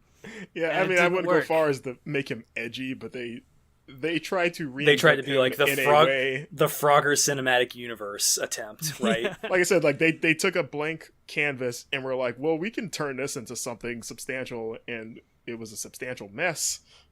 Yeah. But again, prior to that, he was nothing. Like, he was as much of a character as your character in Geometry Wars, like your little triangle. It's basically what he was. So it's kind of, you know, it's most of the character's history is being a pile of nothing pixels, as opposed to being a fully fleshed out character, that Awesome Possum that is a fully fleshed out piece of garbage. Malarkey that Awesome Possum is a fully fleshed out character. I mean, compared to regular Frogger, which was literally nothing. It wasn't literally nothing. You knew what his goals and motivation were. Ladies and gentlemen, I'm so sorry that we've spent 15 minutes on Frogger versus a possum. He has as much character as... actually, that's not even... I was going to say he has as much character as the average jaywalker, but that would be insulting most average jaywalkers. But as a mascot, he was well known. So... Yeah, because he was more for his game, not like people were like, well, exactly. Man... Like I said, he wasn't like, man, I love that Frogger character. Like, when he got splashed all over the concrete by a semi-truck, you're kind of like, oh, I killed a thing. I killed a living, breathing thing. I lost I'm my terrible. quarter. Not that I feel like any sort of like moral apprehension to this frog getting run over. I think Joe, you need to come in and be the tiebreaker here. All right. Because otherwise we're just going to keep going. I think I'm giving Jack the easy win here because I see the arguments, I like them, and Awesome Possum. Maybe the more damning fate for Awesome Possum, instead of recycling his name and putting it into greatness on that mountain, we're throwing him in the trash. I feel like we're recycling. Oh, yeah. I feel like we're recycling Poetic the end justice. of the last podcast with the worst choice winning the last spot. Maybe you need to invite someone who can stack the deck in your favor. I will say I will not always be this kind to Jack's picks, maybe, because I like what were we discussing during the indie games? You were picking like Eukenspiel. Except it was spelled like Schnatterbat or something like that. Yeah. Hey, that's on you. I suggested we take like a 15-minute break to play it, and you all said no. Nah, we were also 2 hours in at that point. And you probably still haven't played it, either of you. So that's on you. We take a vote. I say Frogger, as long as we carve that great adventure face in there. Yep. I can live with that. Fine, I guess. But yeah, if it's going to be any Frogger, it's going to be Shrek Shrek Frog. Shrek Frog. Shrek is love, Shrek is life, Frogger. Okay, right.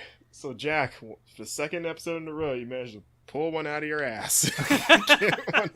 I'm the heel of your podcast. It's drama. It's good for clicks. This is your little streak here. It's astounding. Okay, so everybody, that's it. We have our Mount Rushmore, our wall of shame, if you will, our Mount Rushmore of lousy platforming mascots. We've got Shadow the Dumb Hedgehog. We've got Bubsy the Bobcat. We've got the Noid. And we've got Frogger, and in parentheses, Shrek Frogger. That's it.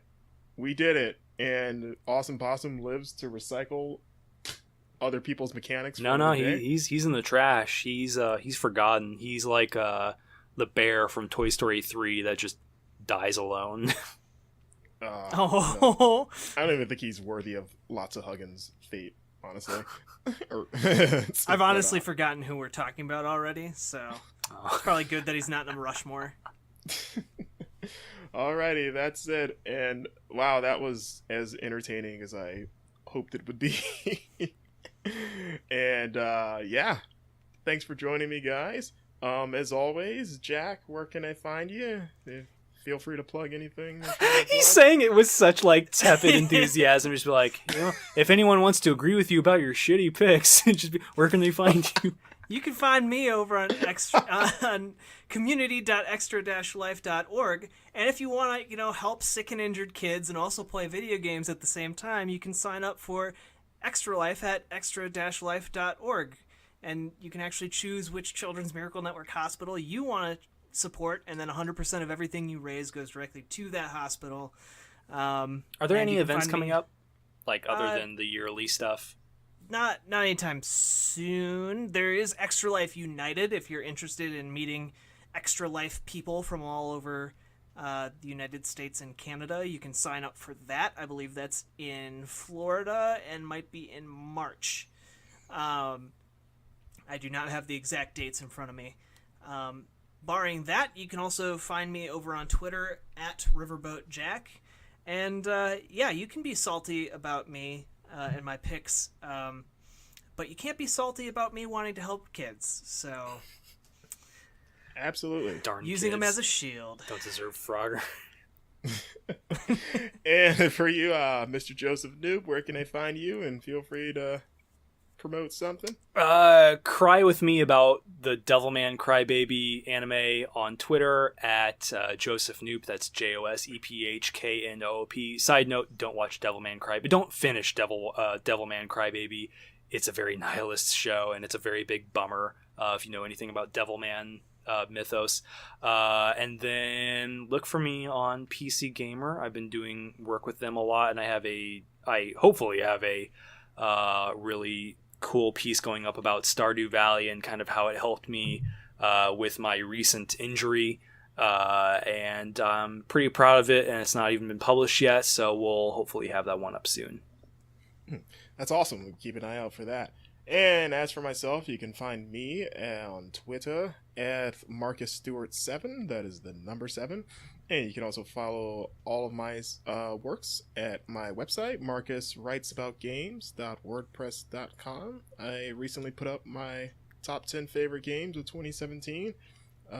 And yeah, keep an eye out there for some more cool stuff I've got planned for the future. So, until next time, we'll pick out another mountain range, nice little wall where we can carve some stuff. We'll see if Jack can squeak by. We're like vandals, just like laying graffiti in these national treasures. We're like vandals by committee, pretty much. So, until next time, thank you for listening to another episode of Carving Gaming Rushmores, and stay tuned for more. Have a good one.